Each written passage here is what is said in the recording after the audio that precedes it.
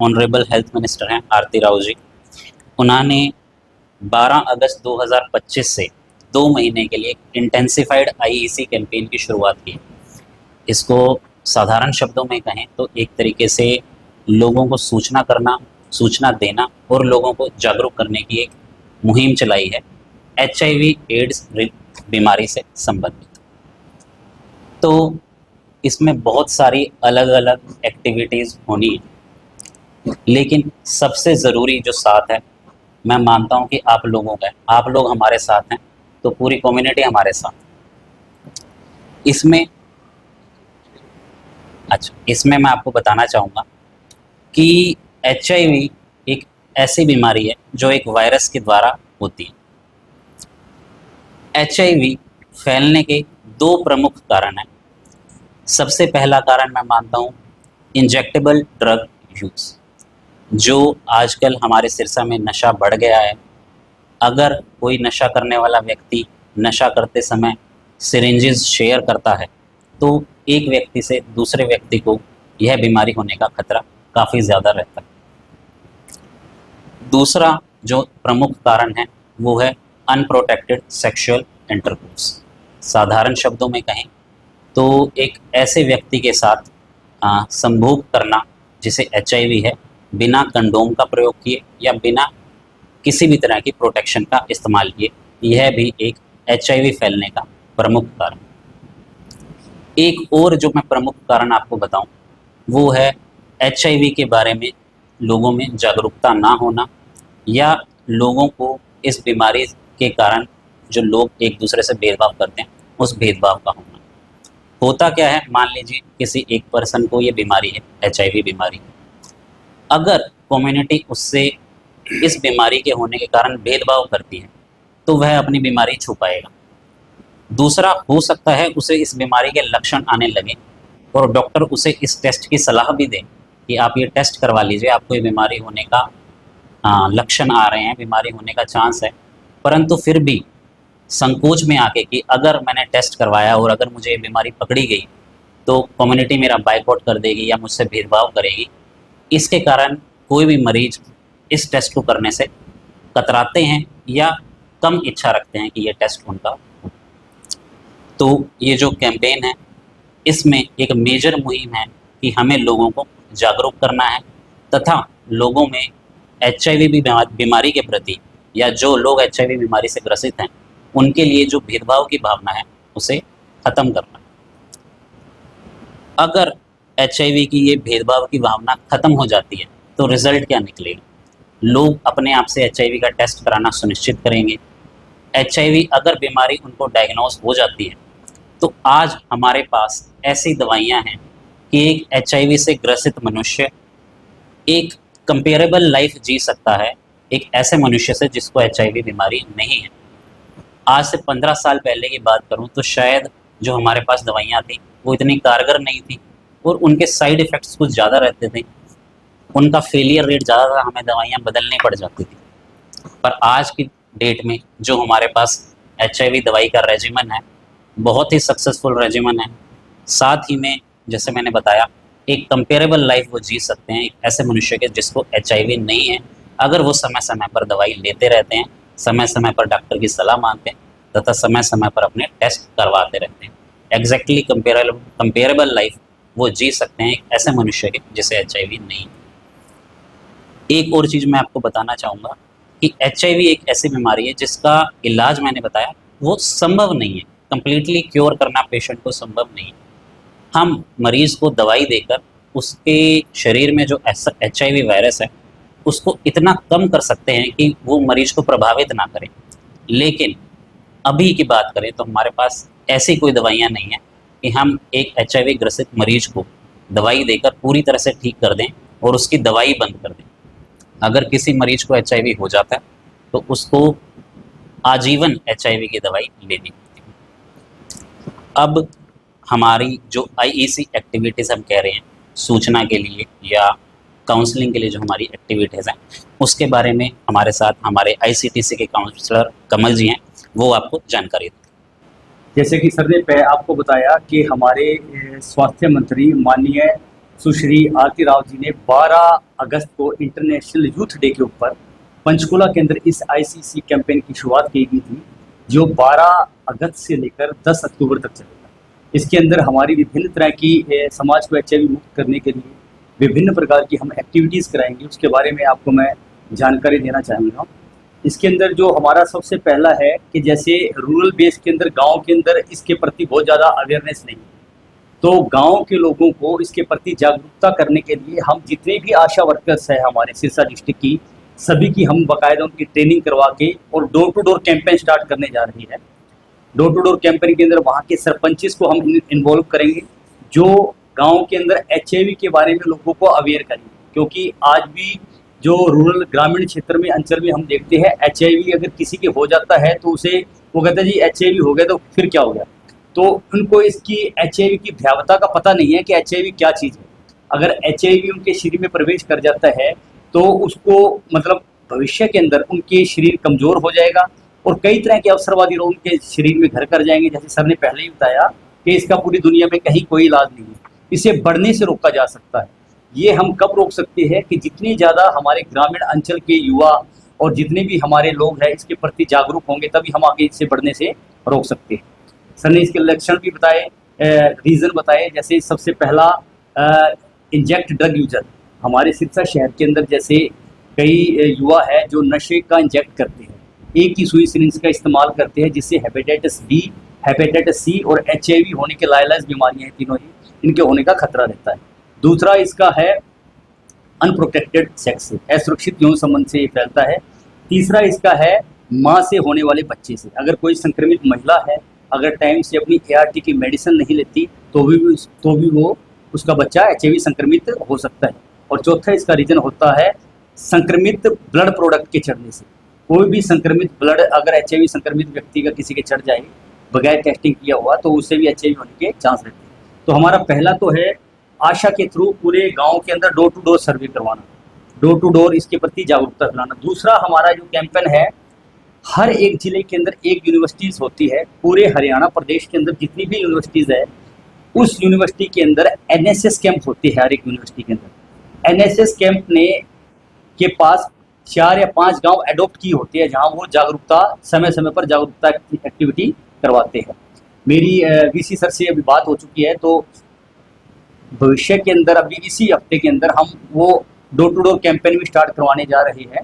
जो भी हमारे सीडीएलयू के जो 5 या 6 गांव हैं, जो भी एनएसएस के हमारे बच्चे हैं, उनके साथ हम डोर टू डोर कैंपेन करेंगे, रैलियां निकालेंगे, वहाँ सरपंच को इन्वॉल्व करेंगे। तो दूसरी हमारी एक्टिविटी ये है। तीसरी हमारी जो एक्टिविटी है वो जैसे एचआईवी एड्स से ग्रसित कोई महिला होती है, आपने देखा होगा गाँव के अंदर, तो होता क्या है, पुरुष एचआईवी संक्रमित होता है और महिला, पुरुष से महिला भी एचआईवी संक्रमित हो जाती है और उस महिला के साथ भेदभाव किया जाता है, कि उसे कहा जाता है कि तू गलत बीमारी लेके आ गई, उसके साथ स्टिग्मा और डिस्क्रिमिनेशन किया जाता है, लांछन लगाया जाता है उसके ऊपर। तो लोगों को इस बारे में अवेयर नहीं है। लोग अगर किसी के साथ किसी तरह की कोई घरेलू हिंसा होती है, कोई भी एचआईवी संक्रमित महिला है या कोई पुरुष भी है, अगर कार्य दिवस के दौरान अगर जॉब के ऊपर जाता है और वो एचआईवी संक्रमित है और कोई उससे भेदभाव भी करता है, तो सरकार का एक एचआईवी एड्स 2017 कंट्रोल एक्ट है, इसके बारे में भी हम लोगों को अवेयर करेंगे कि अगर किसी के साथ भी अगर कोई घरेलू हिंसा होती है या किसी के पास ड्यूटी के दौरान किसी तरह का कोई भेदभाव किया जाता है, तो उसके लिए सरकार ने डीएलएस से, डिस्ट्रिक्ट लीगल सेल अथॉरिटी के अंदर एक एडवोकेट है, अगर ऐसा किसी के साथ कोई डिस्क्रिमिनेशन होता है तो वहाँ अपनी कंप्लेंट दर्ज करा सकता है। ये भी हम इस कैंपेन के तहत लोगों को जागरूक करेंगे, तो लोगों को पता नहीं। इसके अलावा हमारे सिरसा शहर के अंदर 23 कॉलेज है सर, 23 कॉलेज के अंदर 16 एजुकेशन कॉलेज है और 7 आईटीआईज है। इसके अंदर पिछले जो 1.5 दशक देखा गया है, उसके अंदर देखा गया है जो सबसे ज़्यादा एचआईवी संक्रमण के वो मामले हैं वो किशोरावस्था में आते हैं, जिनकी उम्र 18 से 25 साल की उम्र की युवा होते हैं। तो सरकार का हमारा टारगेट है युवाओं को इसके बारे में ज़्यादा से ज़्यादा जागरूकता हो। तो हम हमारे जितनी भी 23 कॉलेजेस हैं उनके अंदर हम समय समय पर कई तरह की गतिविधियां करवाते हैं, पोस्टर मेकिंग हो गया, नेल आर्ट हो गया। अभी मेरी 20 सितंबर को जेसीडी के अंदर हम एक रेड रन मैराथन करवा रहे हैं। अभी मेरी परसों ही सर से बात हुई है डॉक्टर जयप्रकाश जी से, तो उन्होंने कहा आप करवा सकते हो। उसके अंदर सिरसा शहर के जितने भी कॉलेजेस होंगे रेड रिबन क्लब्स के, वो वहाँ पार्टिसिपेट करेंगे, और जो भी वहाँ में होगा उसके अंदर HIV के प्रति हम ज़्यादा से ज़्यादा लोगों को उस मैराथन के तहत अवेयर करेंगे। और इसके साथ साथ हमारे डिफरेंट गवर्नमेंट डिपार्टमेंट्स हैं, जैसे मेरा 3 दिन पहले DLSA के अंदर प्रोग्राम था अधिवक्ताओं के साथ, उन्हें HIV के बारे में हमने जानकारी दी। परसों मेरा बस स्टैंड के अंदर था, उससे पहले मेरा डी एडिक्शन सेंटर में था। तो जितने भी डिफरेंट डिपार्टमेंट से हमारे पास लिस्ट आई हुई है, उनके जो कर्मचारीज हैं उनको भी हम ज़्यादा से ज़्यादा इस अभियान के तहत मोटिवेट कर रहे हैं। और इसके साथ साथ हमारी एक जैसे कम्युनिटी रेडियो हो गया और सोशल मीडिया हो गया, उसके तहत भी हम HIV एड्स के प्रति ज़्यादा से ज़्यादा जागरूकता फैला रहे हैं। तो आप सभी को यहाँ बुलाने का यही मोटिव था कि हम हमारी तरफ से तो लोगों के अंदर HIV के प्रति जागरूकता फैलाने का पूरा प्रयास कर रहे हैं, लेकिन अगर आप अपने मीडिया के अंदर हमारे इस अभियान को अगर जगह देंगे तो हमारा ये जो अभियान है वो और भी प्रभावी तरीके से लागू हो सकता है। और हम भविष्य के अंदर ये आशा करेंगे कि सिरसा शहर HIV एड्स से और STI से ज़्यादा से ज़्यादा लोगों को अवेयर हो और आगे भविष्य में ना फैले। तो आप सभी का आज की इस कॉन्फ्रेंस में, हाँ एक चीज़ और मैं और बता देना चाहता हूँ आपको कि जैसे HIV एड्स की हमारी कई मेरे से जर्नलिस्ट पूछते हैं कि आपने कितनी मतलब पेंशन भी आती है इसकी, कई का सवाल होता है कि पेंशन दे दी नहीं दे दी। और तो हमने आपको बताना चाहूँगा कि हमारे जितने भी हमारे पास आती है डॉक्यूमेंट्स आती है, उसका कुछ क्राइटेरिया होता है पेंशन का। सरकार की एक स्कीम है पेंशन की, कोई भी HIV संक्रमित महिला या पुरुष है तो उसे 3 या 4 डॉक्यूमेंट्स होते हैं, अगर वो जमा करवाता है तो उसके खाते के अंदर सरकार 2250 रुपये पेंशन के तौर पर देती है उसके भरण पोषण हेतु।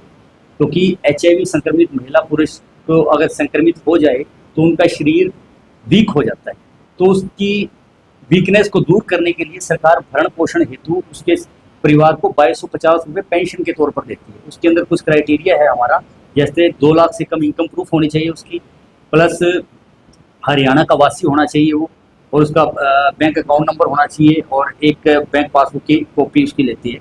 ये 4 या 5 डॉक्यूमेंट हम लेते हैं, उसके बाद उसकी खाते में हम पेंशन स्थानांतरित कर देते हैं। डॉक्टर साहब आपने कारण तो बताया, लेकिन किसी आम नागरिक को कैसे पता चलता है उसके HIV इसके लक्षण भी बता। हाँ, ये आपका बहुत अच्छा सवाल था कि हमें कैसे पता चले किसी व्यक्ति के अंदर कोई HIV संक्रमित है, हम कैसे आइडेंटिफाई करें। तो उसके कुछ लक्षण होते हैं, जैसे कि अगर कोई HIV संक्रमित हो जाता है, उसका जो वेट है वो बड़ी तेजी गति से उसका टूटता है, प्लस उसके बार बार बुखार फीवर चढ़ता है और उतरता है, उसके लीफ नोड सूज जाते हैं, कुछ भी खाएगा वो निगलेगा, उसे दिक्कत होगी, उसके प्राइवेट पार्ट के आसपास फोड़े या फुंसी हो जाएगी, उसको डायरिया हो जाएगा।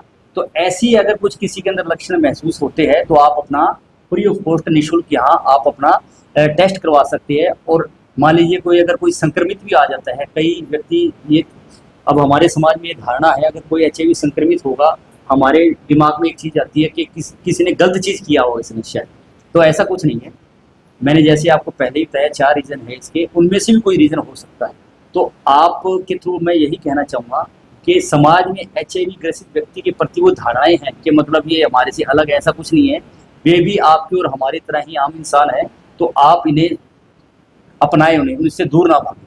अगर कोई संक्रमित भी है तो आप यहाँ आके उनकी काउंसलिंग ले सकती है, उनकी मेडिसिन स्टार्ट कर सकती है। काउंसलिंग पूरी तरह गोपनीय रहती है, हम उसका स्टेटस आगे किसी से भी डिस्कस नहीं करते। ऐसे इंजेक्शन ना यूज हो गया होगा, इस वजह से भी तो हो सकता है कि पहले जो RMP डॉक्टर्स वो एक इंजेक्शन बार-बार यूज कर लेते थे, बट अब हम क्या करते हैं कि एक इंजेक्शन एक पर्सन यूज होगा और उसको प्रॉपर प्रोसीजर के साथ डिस्कार्ड किया जाएगा। एक सेम इंजेक्शन दूसरे पेशेंट को नहीं यूज होगा। इसकी मैं आपको एक बात बताना चाहूँगा, छोटा से मेरे पास एड्स हो जाता है तो आदमी की लाइफ खत्म हो जाती है, लेकिन मैं आपके मीडिया के माध्यम से आपको बताना चाहूँगा HIV और एड्स दोनों अलग अलग चीज़ें हैं, लोगों को ये क्लियर नहीं है।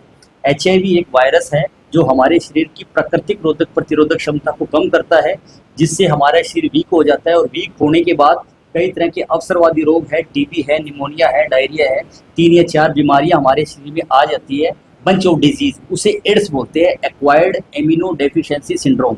HIV एक वायरस है, अगर वायरस की मात्रा अगर शरीर में ज़्यादा हो जाती है तब एड्स बनता है, ना कि HIV एड्स है। तो ये लोगों के अंदर मिसकॉन्सेप्चुअल है कि एड्स हो गया तो जिंदगी खत्म। HIV कोई गंभीर बीमारी नहीं है, अगर वो टाइम टू टाइम मेडिसिन ले, ART की मेडिसिन ले, जैसे मैंने पहले बताया पूरी दुनिया में कहीं कोई इलाज नहीं है, सिर्फ ART की मेडिसिन लेके वो लंबा जीवन जी सकता है। और ART 3 चीज़ों पर निर्भर है सर, जहाँ HIV पेशेंट की मेडिसिन चलती है 3 चीज़ों पर निर्भर है। सबसे पहले ART कहती है आप टाइम टू टाइम मेडिसिन खाएं। दूसरा ART कहती है कि आप अपनी न्यूट्रिशन का ध्यान रखें, डाइट खाएं। तीसरा ART कहती है कि आप एक्सरसाइज करें ताकि आपकी इम्यूनिटी बनी रहे। तो अगर ये 3 चीज़ों का कोई मरीज अगर अपनी ज़िंदगी दिनचर्या में कर रहा है तो लंबा जीवन हमारे जितना जीवन जी रहा है। हमारे पास यहाँ ऐसे ऐसे पेशेंट है सर 15 से 20 साल तक ले रहे दवाइयाँ, कोई दिक्कत ही नहीं है। मेन इसमें है आप अपनी इम्यूनिटी बना के रखें। जैसे ही आपकी इम्यूनिटी लो होगी कई तरह के रोग आपके अंदर आ जाएंगे और वो एड्स बनने का चांस रहता है।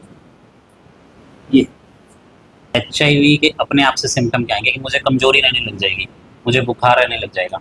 ये टीबी नहीं है कि खांसी आएगी मैं सोच लूँगा कि मुझे टीबी हो सकता है।